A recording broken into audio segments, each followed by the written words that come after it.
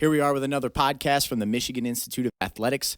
Today is July the 13th, and I'm here with Ray Prater, a local law enforcement officer. Ray, just tell us a little bit about yourself, your background, and what got you into being a police officer. Well, originally when I, come out of high school and everything, I had no inclination of being involved in law enforcement. At least not, it wasn't my first choice. I went to school to be a mechanic, and I did that for, 10 years or so. And the longer I went along with that, the more I realized, that I wasn't enjoying it at all, being in the shop, working on the cars. I still like to do it as a hobby, and, we were just talking about my car and all that stuff.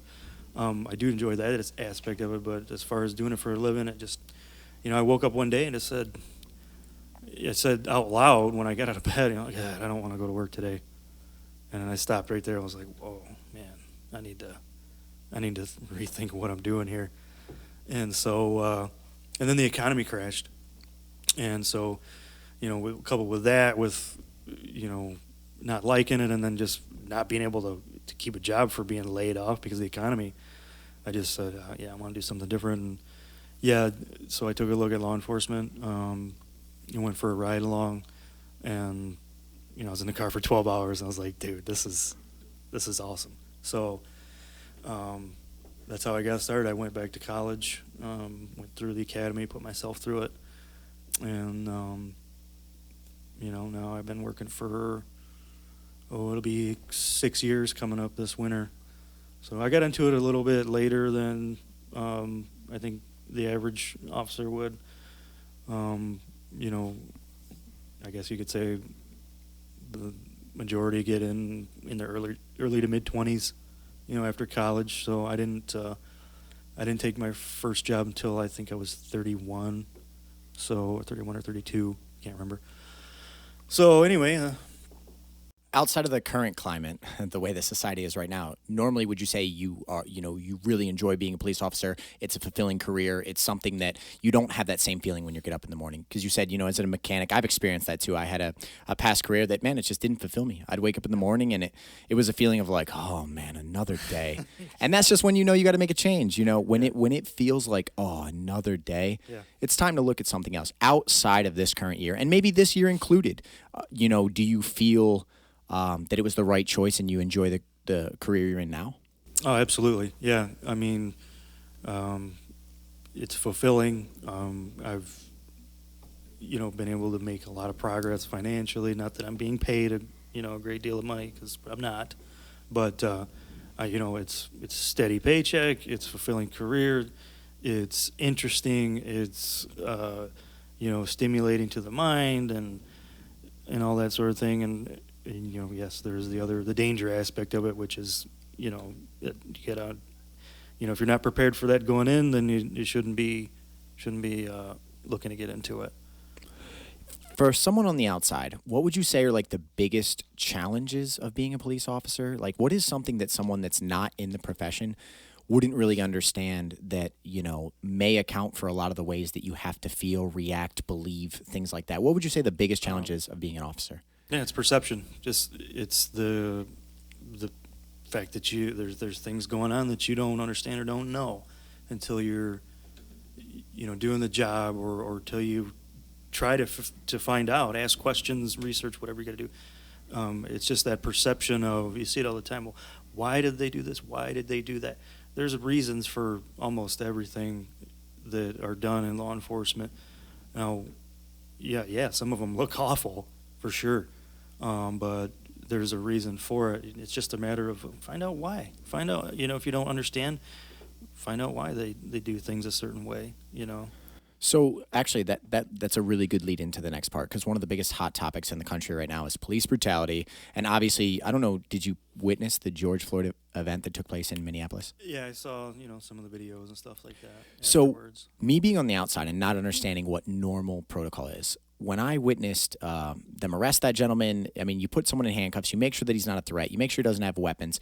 But once you have someone like face down, handcuffed, they're no longer a major threat to you. So they're handcuffed. You have 3 people there for backup because they had 4 officers. What is the next step normally? Because I feel like that's where a lot of the confusion happens for civilians. Because we look at the video, we see the guy handcuffed, we see him face down, we see a guy on his neck, guy on his back, guy on his legs, and another person standing guard. They're all armed officers. You have a gentleman, you know, obviously under extreme duress, like claiming, hey, I can't breathe, I can't do these things, I can't. What is the normal procedure? At what point do you stop taking action like that? Or is that standard procedure what they were doing? And what were they waiting on? Like, what was in police training, what would have been next?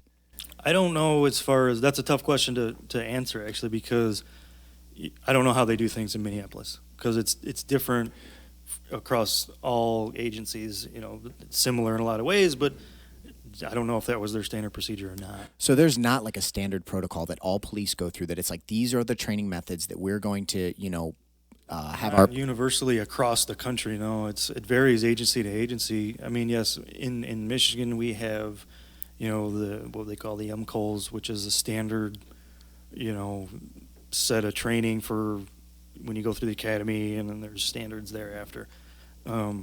That could be different, and probably is different than what Minneapolis or the state of Minnesota has. I don't know. Now, I can't. Let's say, given our protocols, like with what takes place around here, you're the officer. You had to arrest this gentleman on, you know, suspicion of fraud or drugs or whatever you were suspecting at the time. Right. You have him down. He's handcuffed. You have multiple people. Did the video seem standard procedure to you, or did it seem like something was out of line, or what? Like I said, as a civilian, the only question I kept asking is like, what's next? You have him handcuffed. Why not put him in the vehicle now, or move to the next step? Or like at part of the video when he loses consciousness. So he's been claiming he can't breathe the entire time, which you may or may not believe him. If you've held down people like that before, you might be thinking like, you know, because as a jiu-jitsu coach, I'm thinking this could just be stress. This could be. But if someone lost consciousness underneath you, you're on top of them, they lose consciousness, and now all of a sudden you're like, someone's life could be on the line. Did the video seem bizarre, or is it like a pretty standard interaction? No, I mean, I don't know. I've never been trained to kneel on someone's neck for that, you know, at all. I don't do that. I don't, you know, put all my weight in the back of someone's neck. I just don't do that because to me, it doesn't seem like a good idea. And I don't know why. I still scratch my head. Why would they do that for that long?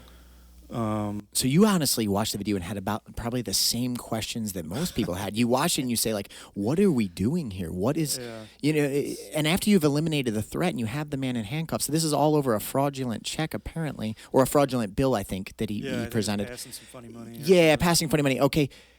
At what happens next? Because in my mind, I go, okay, once you've eliminated the threat and you want to make sure you're safe, I get that. Why not put him in a vehicle? Why do we wait for EMS? I don't get it. Maybe I don't know. There isn't any more details that I'm aware of, or at least not that I've been able to find. I don't know what they were waiting for, whether that be EMS or if they're waiting for more equipment or more officers. I don't know. The next step is, you want to try to get him where he needs to go, whether that's in the back of the car or in the back of the ambulance, whichever one you're going to do. But again, what they were waiting for.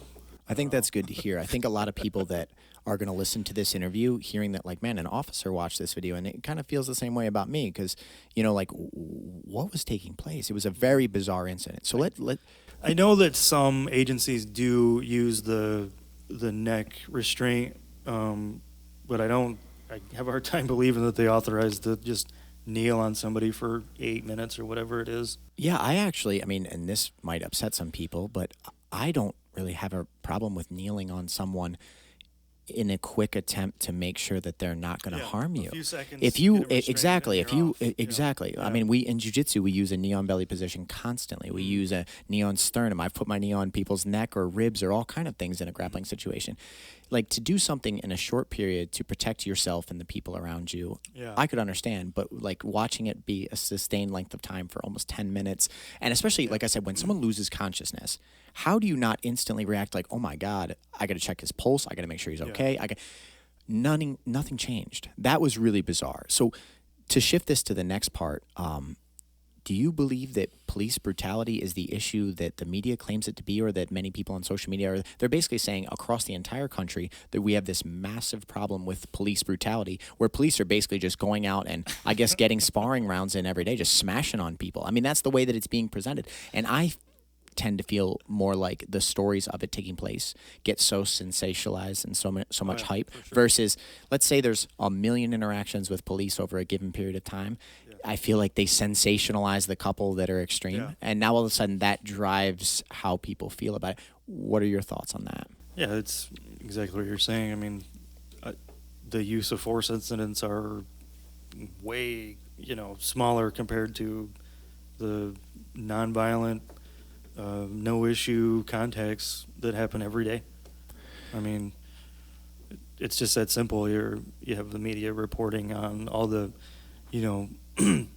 all the worst case scenarios and all the deadly force and all the, all the most, I don't know how to describe it, like all the most sensational stories that they can for their news program. And, I guess that's what they're supposed to do. I don't know. It doesn't seem to be helping too much, I think. It's a dangerous thing to do, because if you are sensationalizing extreme events and trying to create a story based on that and trying to say, like the thing going around ACAB, all cops are bastards. And if you're convincing people that this is true, because media or social media or people in general with a large influence are extremely powerful in the way that if they push a narrative to the country, a lot of people are going to subscribe to that narrative. Now all of a sudden, if you have people thinking that these police officers are out there just beating on our civilians and they're these horrible people, that's how you end up with cops getting shot and getting run over. Like, I've seen some videos since this has all gone down that are unbelievable, that you think that this is taking place in the United States of America, people smashing into police. I saw that officer, I think it was in Missouri, got shot in the face on Facebook Live and died on the street. His last name was like Dorn or something like that. Oh, the retired. Yeah. Yep. He died right there on the street on Facebook Live. I watched the video and I almost could not believe my eyes that this is the United States of America. That man, as a black man who spent his life serving his community, was killed because a story is being told to people that these police are these horrible people. We need to, you've seen, I'm sure, abolish the police, defund the police. There's all these ideologies floating around that I believe are extremely dangerous. I mean, I am against bad police, and I would think that you're against bad police officers. You know what I mean? Like, a normal human being would be against bad people. But if we stereotype all police the way that we shouldn't stereotype any group on the planet, that's a dangerous slope to go down. Do you believe that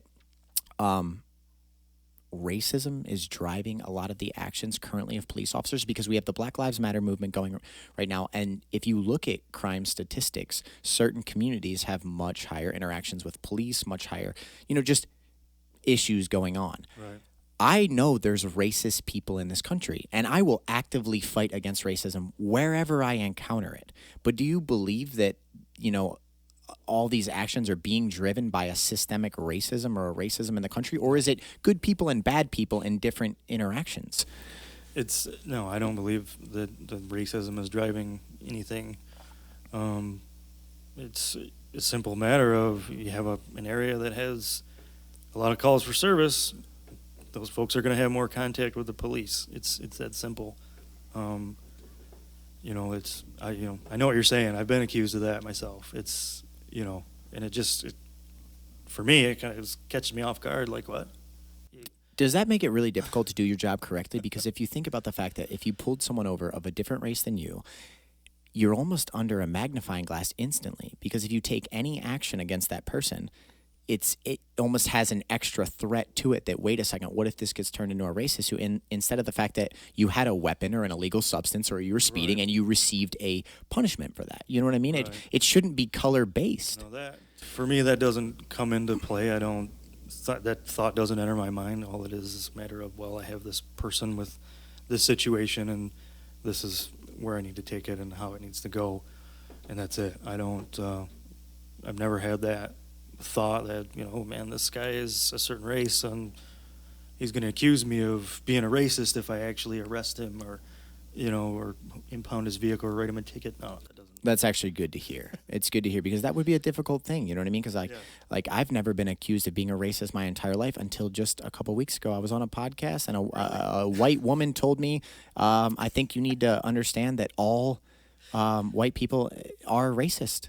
And No kidding. I was listening to, and I'm going, wait a second. Like I have "We Are All One" painted on my wall. I've spent my entire life treating human beings as human beings. I've never done something racially motivated in my entire life. I treat good people like good people. I try to treat bad people like good people, just hopefully that they can become better people.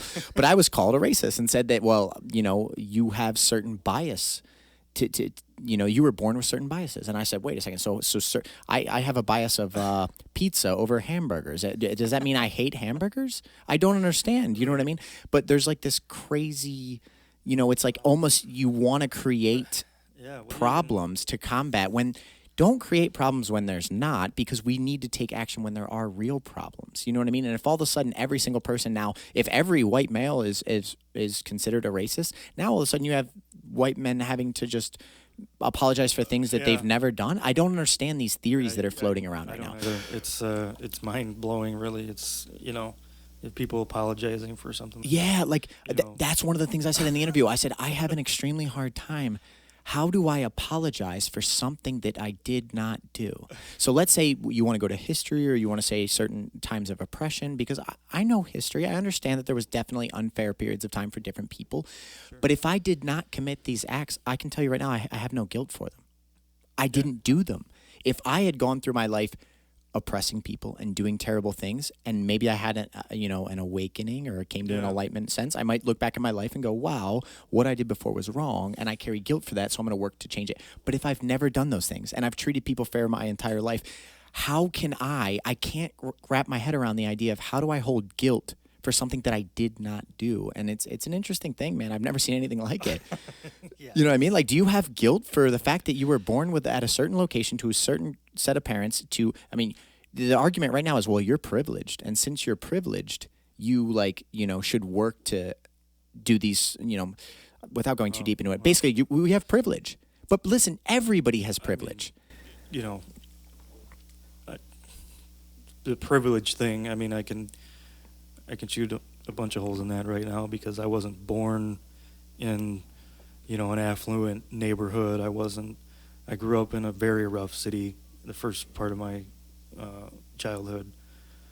Single mother, 2 other siblings, talking about ramen noodles and Kraft macaroni and cheese for dinner and, barely making it by for a long time. And fortunately, things turned out and, we were able to escape that situation.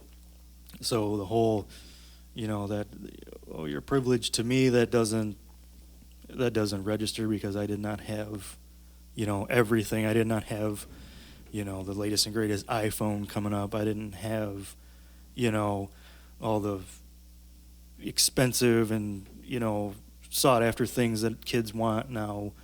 I didn't have those things until sort of later on, until I was almost grown.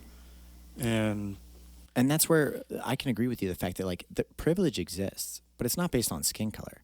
If you were born in the United States of America, you experience a certain amount of privilege that someone in a third world country will not experience. If you were born to an affluent family, you experience a certain amount of privilege. If your family has, any advantages over other people, you have certain privilege, right? Yeah. But the idea that because is that my fault or something? Exactly. This idea of carrying guilt for things that you didn't do, or having to feel bad because you had certain advantages. Listen, that's almost in a weird way. I think it's disempowering. I was talking to one of my fighters about this the other day, and I think it puts people that may not have the same level of privilege or things like that into a very weakened victim state, because all of a sudden now you can just make that the reason that you're not successful. I know a million people that have come from practically nothing, that have built themselves up and become successful. And if you look at your life and you say, well, because of the status that I was born with, or the color of my skin, or this factor or that factor or this factor, that's why I'm not successful. I believe you're just disempowering yourself. You're playing the role of the victim. Yeah. How many people have come from less than what you have to having way more? If you don't know any, do some research. There's a million. There's a million people that have come from damn near nothing and become ultra successful. So when you start saying that these people that are above you, because it's in your mind. When I use the words like above you, people are people. The person that, is right next to me, regardless of their background, could go way further than me if they believe themselves to be capable and they work hard. So the people that are above you, whether it's in social status or in anything, right? They've probably worked to get there. Yeah. They've done things to get to that point. And maybe if you didn't look at it like, well, you're ahead of me because you have this color skin, or you're ahead of me because your family had a better start for you. Maybe that Eric Thomas is one of my favorite speakers. The man talks about the fact that he was born to an abandoned warehouse to a drug addicted mother. He was homeless several times. It took him so many years to complete his education. Now he's one of the most powerful speakers on earth because he didn't look at himself as a victim. He didn't say, well, I don't have this privilege, so I'm just going to complain about the system and want to fight this fight, instead of looking in the mirror and saying, like, you actually have what it takes to be successful. Right. If you get around the right people, if you get the right education, if you surround yourself with good energy, you can be successful. This country provides the ability to be successful more so than most countries in the world. I've been in the favelas of Brazil. I've been in rural China. I've been in places where you see the quality of, like, rural China. Yeah. You'll shoot a hole through your heart when you see the condition that those children live in. I mean, it is... So time out for a second. You're telling me you can't be successful because you don't have the privilege that your neighbor had? Well, you said it just a second ago. If you work. Yeah. Nobody's going to give you anything here. That's like the caveat to, yes, there's all the opportunity. There's all the, the resources available to help you. But you have to work. You got to go for it. Sit there and say, well, here I am. Where's my, house and vehicle and all the things I want, work for it. 100%. So before we go off too far of a tangent and we get away from the whole officer thing, because, in general, I don't even believe really that the United States has much systemic racism anymore, even though I'm hearing about it on the news constantly and I'm seeing about it on social media. For what I have experienced, although there are racists, for sure, this country has racist people, but they have bad people of all walks of life. But systemic racism, we have combated that so much since segregation. Now I don't even know if there are racist laws in this country. Like, I believe, companies can't deny you, a spot in their company simply because of your race. If you're getting into college, and you're a minority, you actually could have some advantages. You really do in this country, you know what I mean? Like, because we want to be the melting pot of the world. We want to be the place that the world looks at us and says, wow, people can rise through the ranks and be successful in the United States of America. Mm-hmm. So I've been arguing with a couple people that are saying that, like, racism is barely ahead of where it was in the 60s, and that's madness to me. That doesn't seem accurate at all. I would adamantly fight racism if I witness it anywhere around me. And I never really come into contact with it. So how are we barely ahead of the fact of segregation? Yeah, I'm not sure. I wasn't alive in the 60s, but from what I've learned, I have a hard time believing that we've not made any progress on that front. I just don't understand how you could come to that conclusion. 100%. So let's go back to being an officer. What type of here's a question that constantly I was being asked. What type of training do police officers have to go through in regards to, controlling suspects and in, like, sensitivity training? That's something that's been a really big popular topic right now, is like sensitivity training or implicit bias training. You know what I mean? Yeah. Is there training provided for that? Okay, please.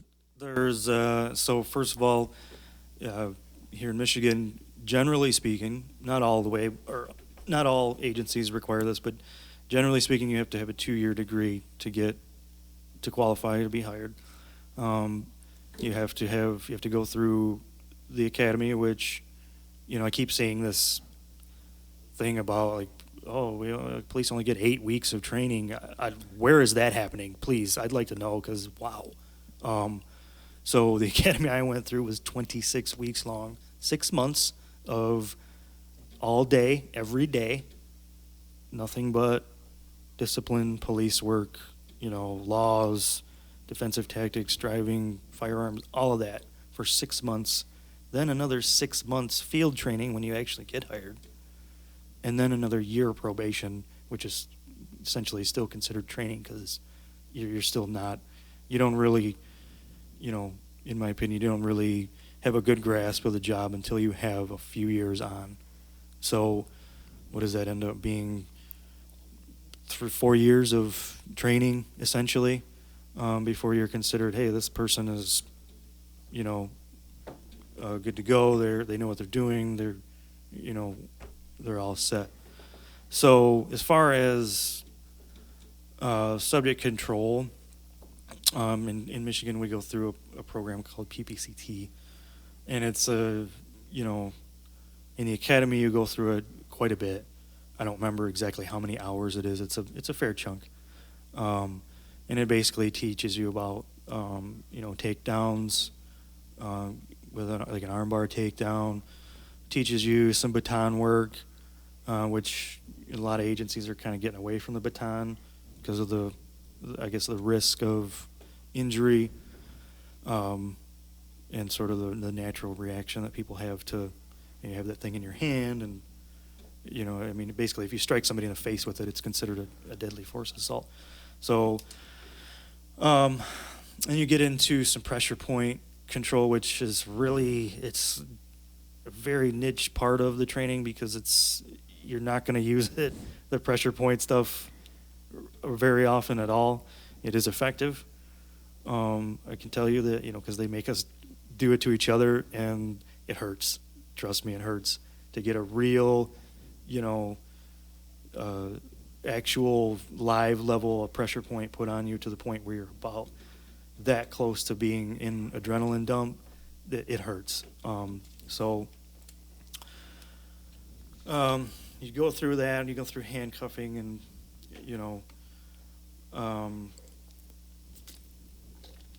now when you get out, some agencies will take you through some other programs. There's a gentleman named Shaquette that does some other different styles of takedowns and things that, but it's after your basic training, and it's all kind of geared towards, gaining control without injuring someone and without injuring yourself. It's nowhere near. You're not going to see, like a double leg body slam takedown or something like that all that often. You're definitely not going to get that training in the academy. You're not going to get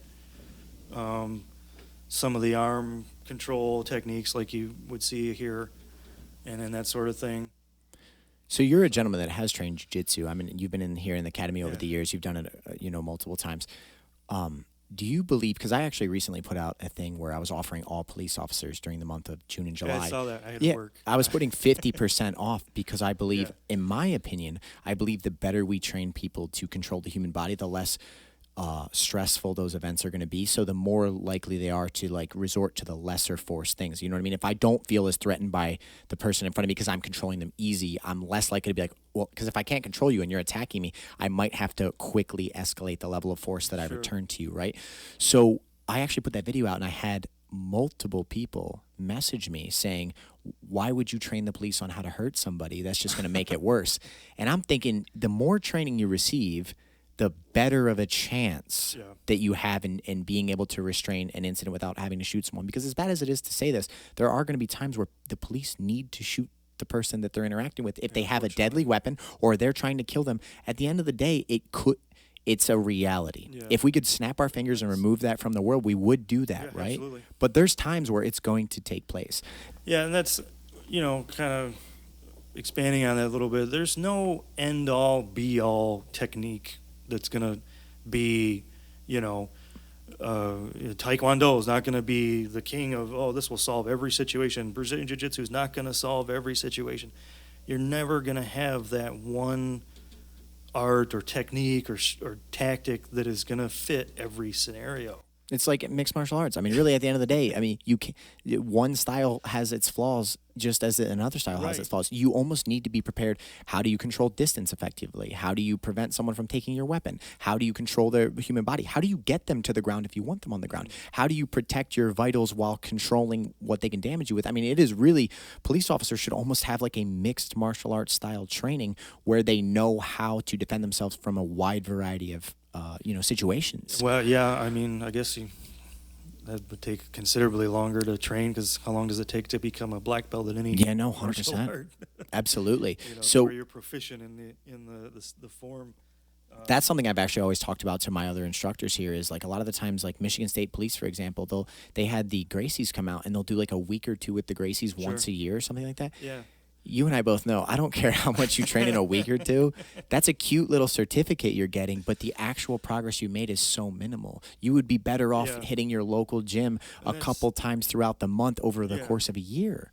That's one of the things is you kind of, you have to do your own, because your agency's only going to be able to afford to send so many people so many times to whatever training, and so you have to be willing to do invest a little bit of your own time and money for it. And the other side of that is that be careful, because if you're in here rolling around with Jim and the guys and you throw your back out, now you're off work for 2 weeks or something. And so I think that's another point of it is, yeah, guys like to go and train and all this sort of thing, but some of the smaller agencies that only have 3, 4, 5 people, if somebody gets injured and they're off work for a week, that really puts a strain on the rest of the agency, because now we have to fill this gap in the schedule because Joe hurt himself at jiu-jitsu practice, or hurt himself working on the garage at home or something like that. So it's one of those, you got to be willing to balance that sort of thing. And and like I said, just you have to do something on your own, because you're just simply not going to get MSP is not going to send the entire Yeah. you They're limited in the resources they can actually provide yeah, for the officers. cost alone would be Yeah, it would be something astronomical. Yeah, I can't absolutely. imagine. I got a question for you. Do officers in our area wear body cams? Because, like, I know in a lot of places there's always those body cams. Do we wear body cams in this area? Some do, not everybody. I do, or we do. Yeah, I feel like that's a good way to protect yourself on the job, that you literally Yeah. have a recorded record of what took place, It is. how the incident went It's down. helped me a couple of times, or it's helped the case. It's helped reinforce my side of the story in a couple incidents. And I feel like there's accountability there, because a lot of people that are trying to make police to be out to be these certain people where you can you can pull this card or that card or claim the Yeah. other thing. When you have a recorded account of exactly what took place and you can show that, that's a really good way to not only appease the people, to say, hey, here's an accountability thing. We have a camera that records what took place, and this is exactly what happened. So Right. so it can't get segmented like we talked about initially, where the media splices it all up and all of a sudden Yeah. you're singing a song that you never sang. You Well, know what I mean? you'd like to think that it can't get segmented, but there's some places that it still does. Sure. It still, Pull a release super video. small clip. Yeah, they'll release a video to the press or something of a critical incident, and next thing you know, the first minute of it is chopped off, and all you see is, the officer walk up to a car, hey man, how you doing? Bang bang, and it's like, whoa, what? Give me some context here. Let me figure out what's going on. So one of the things I wanted to talk about is, how do we start to shift the conversation or shift the public view of police officers back to being, a considered an asset in the community versus, because like right now a lot of people are looking at police officers like they're the problem in the community. They're defund the police, abolish the police. We need to get rid of police, Yeah. right? How do we start to shift the conversation back to like, this is a man, like the man sitting across the table from me is doing his best to try to provide a service that makes our community better under a very difficult time. You know what I mean? Like, how do we begin to get people to start trusting police again, wanting police, to be in their community, feeling safe when they know the police are around. Because apparently the story that's being told is people are way more fearful if there's police around. They're Right. terrified they're going to lose their life if they come in contact with them. And I mean, you have a hard time keeping a straight face, because you're like, man, like I'm not just going to take your life for no reason. I'm a regular guy, Yeah. But how do we begin to shift that conversation? That's a good question. I mean, and I'm not an expert. I don't know. I don't have a definitive answer for you. I guess I would say, I think, like we talked about before, inform people of why things are done this way. Inform people of, the ideal situation here. This is what we would like to happen in this situation. Unfortunately, it goes this way sometimes, or what have you. And, just people have to set aside the knee-jerk reactions and the acting on emotions and like you see something on social media, and then they just react, and it's like, Don't judge all police officers, like we talked about earlier. Don't stereotype the entire group based on a couple of really bad incidents. Yeah, and and sometimes, look, man, we get sent to some horrific stuff or a really strange situation, and things go bad quick, and it's like, well, we're not, autonomous beings that are supposed to react, Remove all logic. Assess situation correctly. Yeah, and it's not. Have hindsight before it takes Yeah. place. So I just think, if you're curious about law enforcement, you don't understand why a certain thing was handled a certain way, or you'd like to know more about something, ask. And by ask, I don't mean get on Facebook and ask the world. I mean, go down to your local police station or your sheriff's office, or, state troop post, and ask, or make a phone call, and ask like a civilized person, hey, I'm curious about this thing. Why did this happen?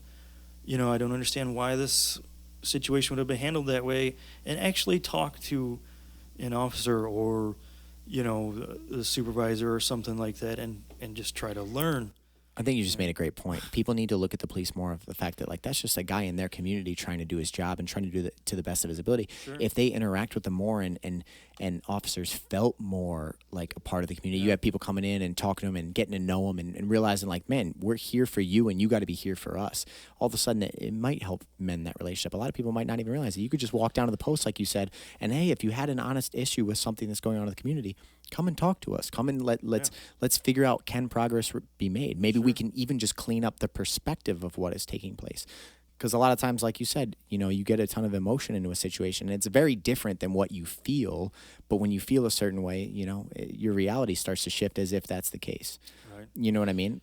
Yeah, it's I was going to say it's interesting that there's so much, especially online in the media. There's all this negativity, and it's been my experience that for all that that nonsense going on online, I can go out, I'm on my shift and walk the street, and there'll be 10 people shaking my hand.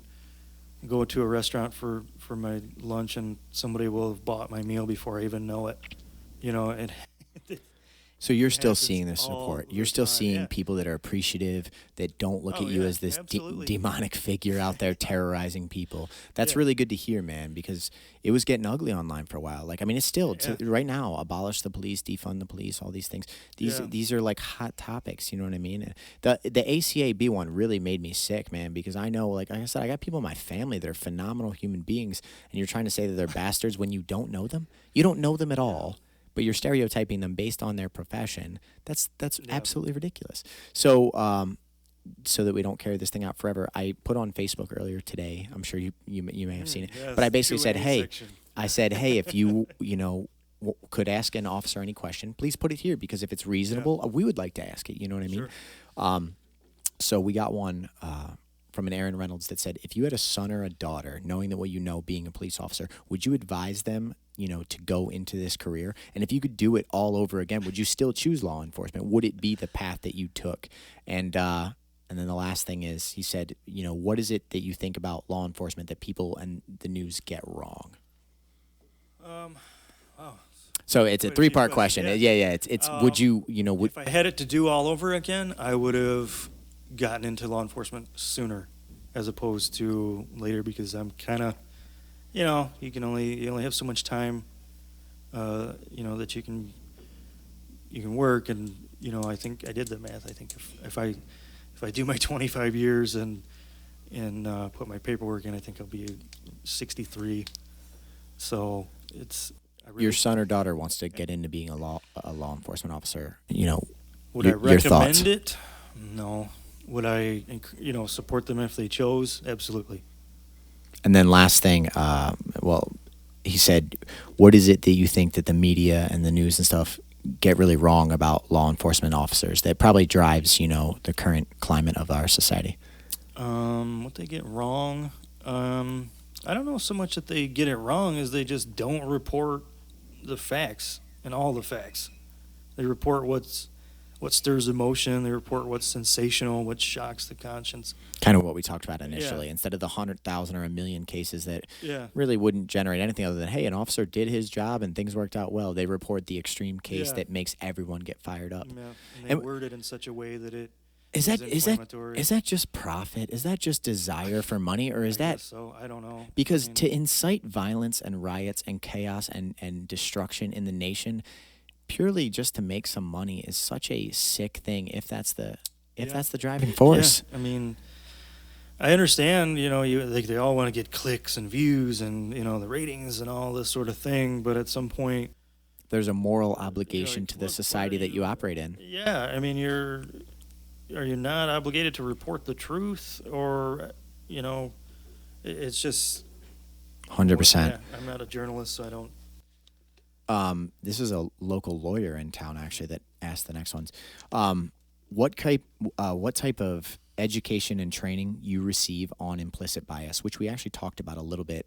And then she said, is this a statewide requirement? She doesn't really have a good sense of what police normally go through, but on the topic of implicit biases that you may carry as an individual, what type of training is state mandated in that regard? Oh, that's a good question. I don't know. Yeah, that's a question for M. Coles or something like that. I know we go through it. Some places do it internally every so often, maybe a couple times a year or once a year or something like that. Well, that's good to hear. So it's an ongoing process trying to combat implicit biases. Yeah, I remember getting it in the academy. They talk about things like stereotypes and, like all cops are bastards. Exactly. Like, don't do that, right? Don't stereotype people like that because it's bad. It's not okay to do that. Yeah, and they basically, they hammer it home. Look, you can't, if something goes to court and you tell, judge or jury that you stop someone because they're of a certain race, not good. Well, of course, and I believe it's everybody should be kinda against that. You common should be against sense. that. I should Yeah, be. That's exactly. common sense. So, yeah, we do get that training. Some places, like I said, get more than others. I don't know what the mandate is. She had a second part question it's a deep question, but I mean, maybe you can provide some simple insight. She basically said, what do you feel would actually be effective in improving policing? Like improving just the experience of, law enforcement people out on the road and the community interacting with people. Like, do you know anything in particular that could be done that could make policing more effective and, from both ends, from you as a, law officer standpoint and the citizens interacting with you? Geez. As far as, I guess that's kind of a broad question. I don't know if Basically just anything like equipment or training or whatever. really anything. How do we make it a better experience for both parties involved? I think just some knowledge on both parts of, on both sides of, hey, this group of people feel this kind of way, and hey, law enforcement officers have this job, and this is going to be their mindset going into this scenario. Some understanding and some education on both sides would be I think really helpful, especially when it comes to um, knowledge of the law overall. And a perfect example, there was a post on my agency posted something, and it was one of the laws, and it was kind of in long form, but it's not it wasn't a long read or anything.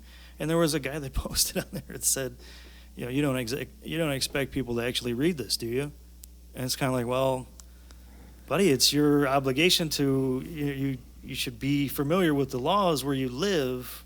That's kind of one of the things that goes along with being a citizen is knowing the law. And it just kind of made me scratch my head thinking. Yeah, 100%. Like, hey, can I get the summarized version? I want to know my rights, but I want them in summary form. And that's fine. But it is, but really become it. educated. Yeah. If you're going to stand up for your rights, it's your responsibility to learn them. Yeah. Now, you were taught them when you were little. You probably forgot it, or maybe you only got them, run by you a couple times. But if you're going to stand up for your rights and you believe that you have these rights, you should become educated on them.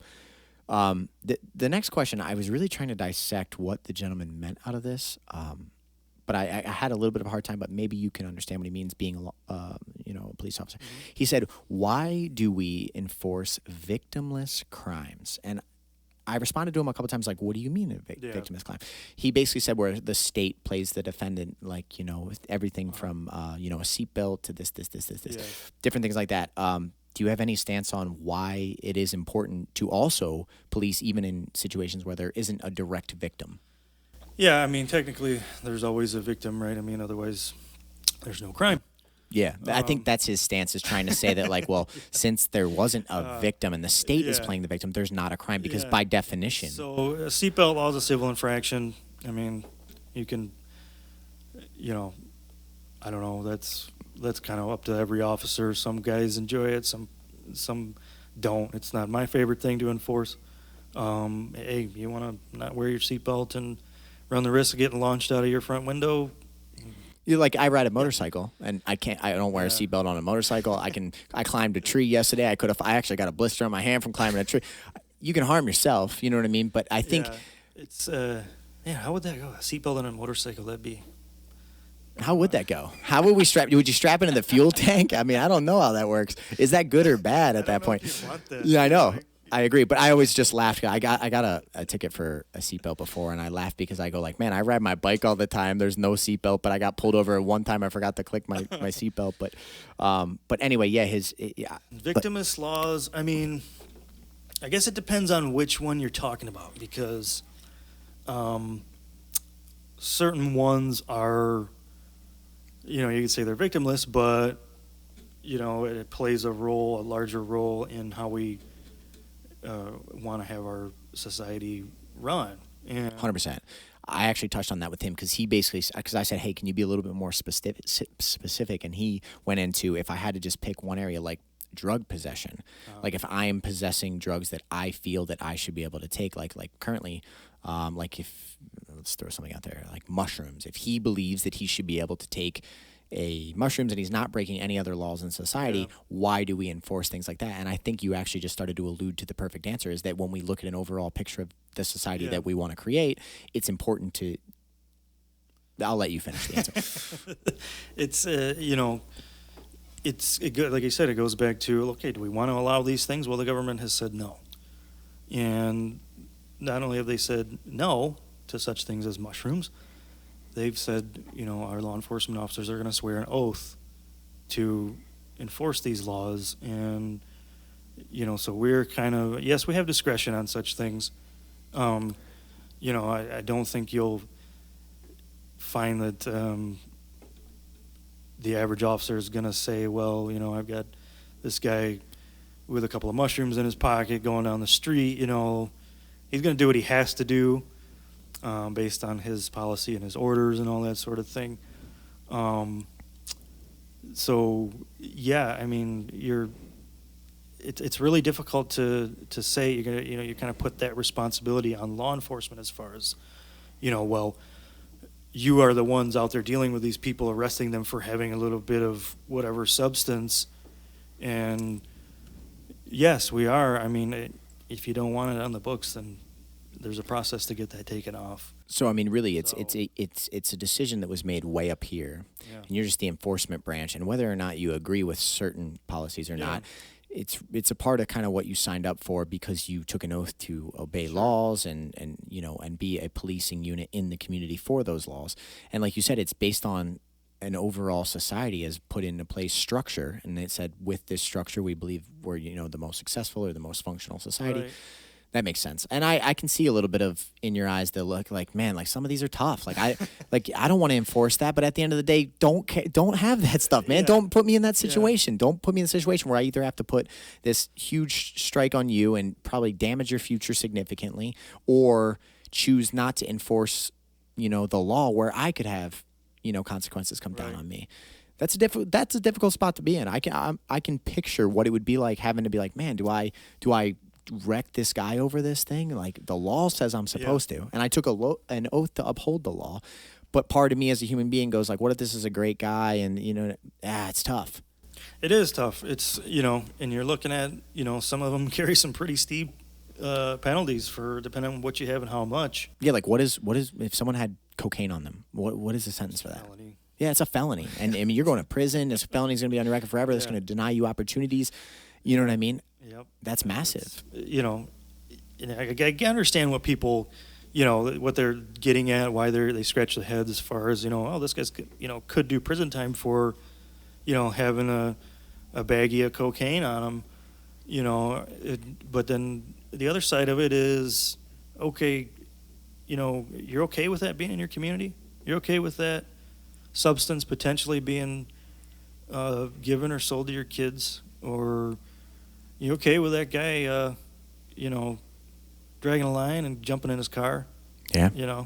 That's actually, I rebutted him before you, and I literally said, so are you just saying abolish those laws and heroin can be in the community and it can get sold to kids and it is what it is, and if people choose to take it, that's on them? That's a tough thing to do. You know what I mean? Yeah. Because I believe in rights and freedom and allowing individual choice as much as possible. But at a certain point, you're putting people at risk that, a child's not going to make always the right decision there. And now what if he loses his life overdosing at 14 years old because we allowed it to be in the community and said, well, you shouldn't have taken it if you didn't want to die. That's just, I don't believe I can stand with that. You know what I mean? Yeah. So I only got, I think, 2 more for you, and then we'll wrap this thing up. So gentleman Marcos Gomez asked, I don't know how I can phrase this best, but basically, why don't police officers, when they witness another police officer violating someone's right, why don't they intervene more? Because you see so many videos where like one officer is clearly doing something that you or I wouldn't agree with, and they have a partner, or maybe the George Floyd incident. Yeah. You got a guy that's kneeling on someone's neck. The guy loses consciousness. You know what I mean? He could be dead right now. You're in a public situation being filmed. You've got all these people around. When one officer sees another officer definitely violating the rights. Like, let's not make it wishy-washy. For sure, they're doing something that is not okay. Why do other officers not step up more? Is it the feeling of like because you're on an equal level and you almost have to take action against your own, or how does that work? There's a few different things at play there. It's yes, those guys. If it happens more often than you think, as far as someone Officers do step up and take action against the other it officer. happens way more than you think, and like I said, there's a few factors involved there. First of all, you have to be, if you're out on the street in the middle of something and things are not safe, you got to make them safe first before you do pretty much anything. And then there's also things such as command and seniority. If someone's a supervisor, and it's really difficult to, not saying you shouldn't, but it can be difficult for someone to say, to your sergeant or your lieutenant and say, hey, get off him. You're hurting. You're doing something. Knock this off. You can't do this.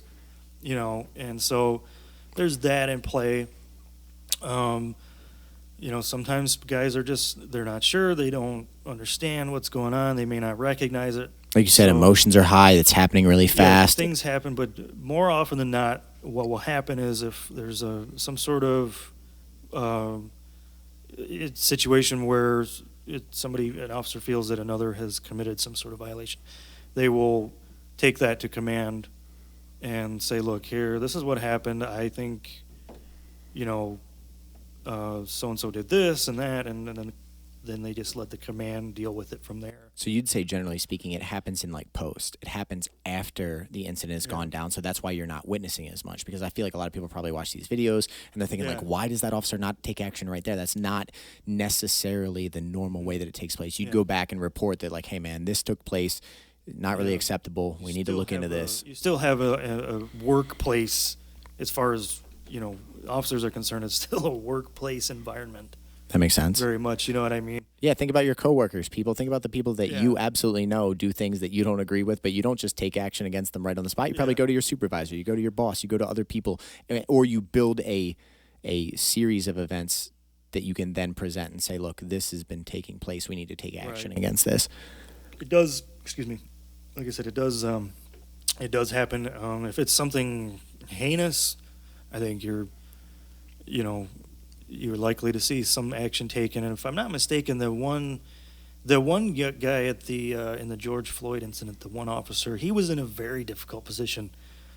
He's brand new, and he was still in training. He was like 4 days or something. I read some guy was like brand new, or a couple of weeks. He did, he did in my mind the right thing by saying, "Dude, what do you get off him?" And he got shot down by his FTO. Now, that right there is one of those other factors where, basically when you're in training, you do what the FTO says, and no lip service. And here we have the end result. Sure. So now he's looking at, look, do I challenge him and risk getting fired? And let's say he challenges him, gets him off George, the guy doesn't die, everything goes perfectly fine. Now all of a sudden he's getting all the consequence coming down on him. And you never would have known that it would have gone to a really dark thing. You know what I mean? Because you just directly challenged the officer above you. You took action against him during a scene where, like, an active incident, and absolutely. It's a really difficult position for that guy to be in. And most people probably could never understand what it was like to be there for those moments, trying to decipher what's the right method of action. And it's a really, it's really, I think back to when I first started, and I was, going through, school and the academy, and I got out, and, I got hired, and, whatever happened, and always worried about, gosh, I've worked so hard for this up to this point. I can't screw this up now. I can't, oh man, if I make this mistake and I get, wrote up or get fired or something like that, and like all this work has been for nothing. So I can understand his mindset, being the new guy, still on training, and seeing this thing that he can see he doesn't feel is right. He still has the courage to say something. I guess it shows to some degree that I hate to criticize him for not taking a step further, but at the same time I can understand, what do you do here? You see something not between right. a rock and a hard place type deal. That guy's stuck in the middle of a really difficult situation. He's brand new in that, absolutely. I think we need to be very accurate with how we place blame in events like that, because you could see people calling that all four of those officers should receive the fullest punishment of the law. They should be all tried for murder. Time out. The guy that's 4 days in that tried to speak up, that didn't really know what was going on, that was just that was like, is this what it's like? Is this a normal incident? Is this, you know what I mean? That guy should be tried for murder too. That's kind of a wild jump to make, you know what I mean? Yeah. And I can't wait to follow that case to see actually what takes place, you know what I mean? Because it's definitely one of the biggest publicized, So last couple things. How much training do officers receive directly with the Constitution in the United States of America? Because that's obviously the laws of the land, and a lot of the times I feel like when the rights of people are infringed, that's where usually the most anger and emotion comes from, is Fourth Amendment rights being infringed. Or do the officers get extensive training on the Constitution, and are they encouraged to, I'm going to say this correctly, make sure that they give those people those rights? Or does training involve doing things in a way that kind of circumvent those rights? Like if an officer pulled me over and said, step out of your vehicle, like I have no reason that I have to step out of the vehicle if I have normal paperwork. There's nothing of suspicion in the person's view. They tell me to step out of the vehicle. It's my Fourth Amendment rights to not do that. It's I shouldn't have to comply with, unwarranted searches and seizures and all these things. But most people would just step out of the vehicle, right, and forfeit that right. Well, we'll get into that in a second. But so As far as the training on Constitution, yeah, I would say it's extensive in that it is, yes, we receive, a certain class of it and all this, and when we go through academy training, but everything we do, all the laws and all the reasons we do things, not all of them, but the vast majority of them are all centered around the Constitution. Like you're talking about unreasonable search and seizures, free speech. All these things are centered around, Miranda rights, Fifth Amendment, exactly. et cetera, et cetera, et cetera. Yeah, exactly. So those things are constantly in our minds, and or at least in my mind, they're constantly, okay, can I do this here?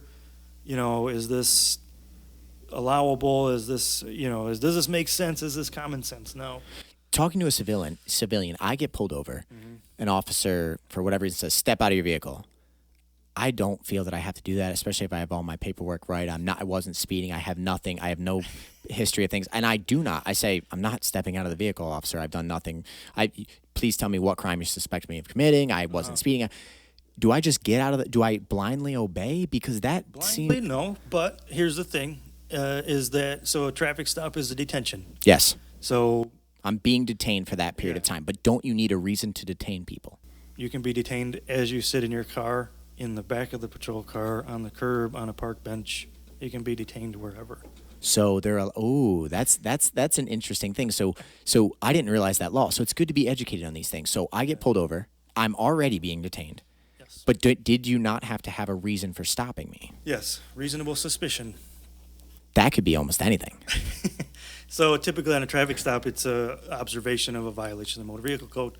Typically, there's other reasons you could be stopped for traffic. Maybe your vehicle matches a description of one that's being looked at. Really anything. Yeah. So at that point, once you're stopped, you are detained. So now someone tells you, step out of the vehicle, you have to do this because you're in detainment, and you're saying that the law allows you to detain them in your car. They don't have the right to stay in their vehicle. No, you can refuse all you want. You'll get pulled out. Wow, I didn't know that. Yeah. That's good to know. I mean, these are important education things. Yeah. So now they detain me in the back of the car. Can they start searching my vehicle? Yeah, depending on what the circumstances are. If they got to have probable cause, or what would be probable cause? Whether maybe they saw something and can articulate that, or smelled alcohol or marijuana or whatever. So really, they're super wide parameters, because to smell something, I smelled this. Nobody could ever prove that I could or couldn't.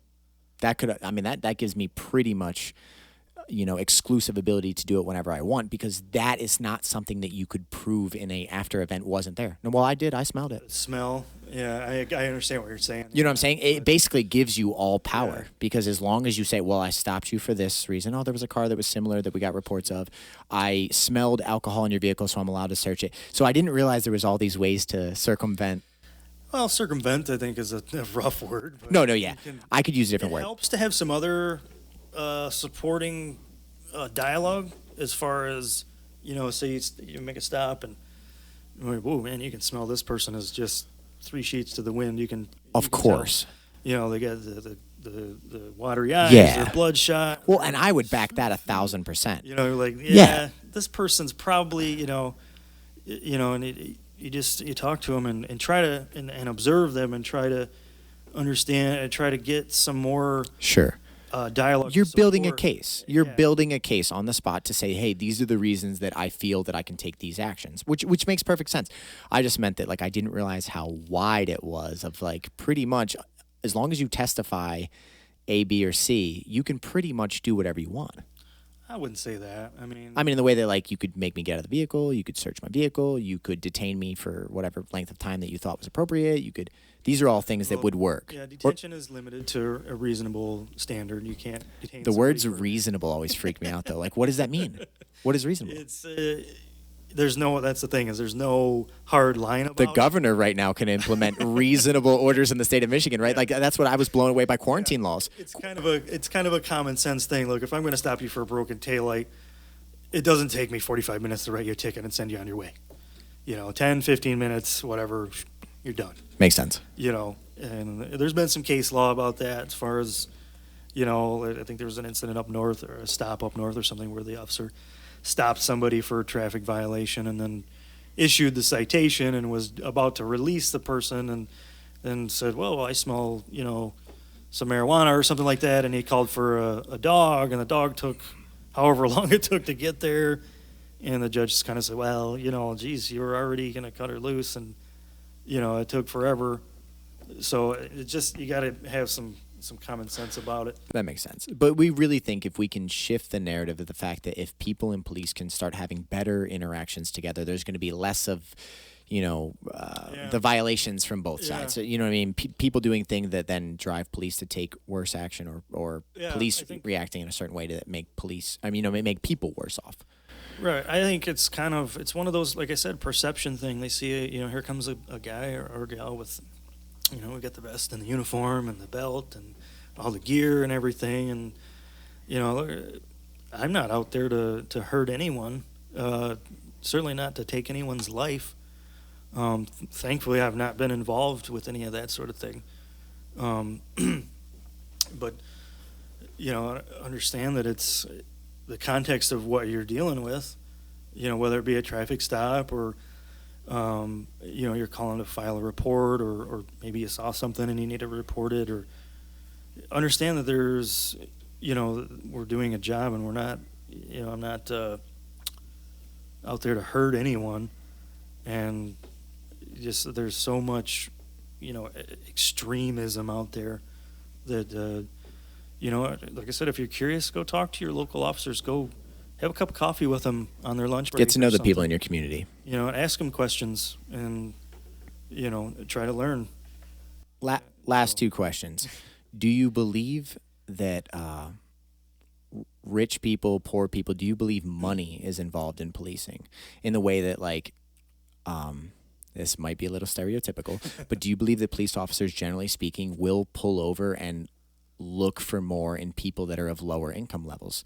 Like, you don't generally see the Cadillac Escalade stopped on the side of the road with a brand new Corvette, but you'll see the old beat up car with, is the license up to date? Is this, do you believe that, poor, middle class, and rich play a direct role with police interaction? Do you believe that different levels of status in society directly relate to police, and why is that? No, I don't think that, because I don't enforce that way. I don't, if you commit a violation, we're going to have a chat. It's that simple. I don't, look for, like, this rundown piece of crap car that's, you know what I mean? Like, oh, there's a poor person, let me, get after them or something. It's some people, it's, you kind of open yourself up to getting stopped and asked about certain things just in the way that you carry your vehicle. If it's got lights and stuff hanging off of it, tags aren't up to date, that, you're probably going to get stopped and asked about it. So that makes sense. A lot of people bring up the point that they believe that, that lower income people are targeted more by police.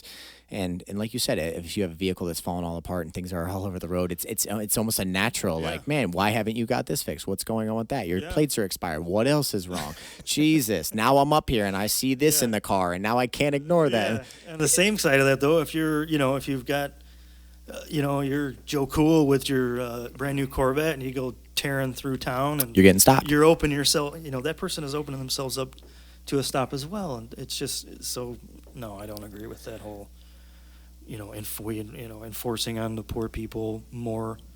And last question is just looking at the judicial system as a whole, either in our community, in the community that you police over, or in the United States of America. Do you believe that we have a very just judicial system where there are a few examples of, cases that are not handled well at all? Or do you believe that there is reform needed from the judicial side so that maybe if that was more, let's just say just, that there would be a better level of respect and trust between citizens and police? Because really the police just offer, like they're the middle person between that and what takes place in the court. Right. You don't take the person's money. No. When I pay a seatbelt fine, it didn't go to you. Yeah. You know what I mean? Goes like to the court, yeah. That's what I'm saying. The of it. Vast majority goes to the court systems. Do you believe that we have a just court system in the United States of America, or do you believe there's a large room for improvement in those areas? I don't know that you can have the perfect court system. I just don't know that. I mean, The court system, it works, and then it doesn't. There's some cases where, it's like, wow, this was pretty, you know, cut and dried, this whole thing. And there's other instances where it's like, wow, how did that person get acquitted with all this evidence against them? And it's, or like, wow, how did that person get found guilty? You see any common denominators there? Common denominators, it's all open to, you got 12 people sitting on that jury, and it's all about how everything is presented to them, and I think about how they understand the law, because I don't know that they're given any sort of, I've never actually sat on a jury, but I don't know that they're given any, breakdown of, hey, look, here's the type of crime that the person like is context. Like, being this is what charged we're with. trying. Yeah. They're charging with this crime, and these are the elements, and this is, I don't know that they're given that. I just don't. Maybe they are. So it could truly just be 12 people sitting down, listening to two stories and trying to decide one being correct. But that's the one thing, is we always have this, in a trial, there's other proceedings that the jury's not part of, but in the trial, you always have this group of people that ultimately decide whether or not there's proof beyond a reasonable doubt or not enough proof. And so I don't know if there's ever going to be a perfect system, outside of something that records everybody's movements every day. We're getting there. We're getting there. Look at social media. They say we're getting there. But, man, Ray, this was a pleasure to have you in. I really hope people enjoyed listening to this. And just anything else that, that you want to say, anything you'd like to say to the community, anything just in general you'd like to put on video. And then hopefully 6 months from now, things have settled back down. We're working towards better relationships between police and the community. And hopefully, I'm going to keep trying to speak out to a lot of law enforcement officers to show common denominators, to show these are just people trying to do a difficult job and trying to, make places better for the people that live there. That's the goal, is to make everything better. And, I don't know if there seems to be this vision of a utopian society. I don't know that that's realistic. If it is, fantastic. Maybe we can get there. But, I think there needs to be some understanding on both sides, and some dialogue, and some dialogue without the emotion and the anger and the fear, and hopefully we can get there at some point. 100%. Well, man, thank you so much again. Again, this is the Michigan Institute of Athletics, Brighton, Michigan. I'm James Gray here with Ray Prater. We appreciate you guys for tuning in. Feel free to reach out to me. Reach out to Ray. We're trying to make things a little bit better. So thank you guys very much.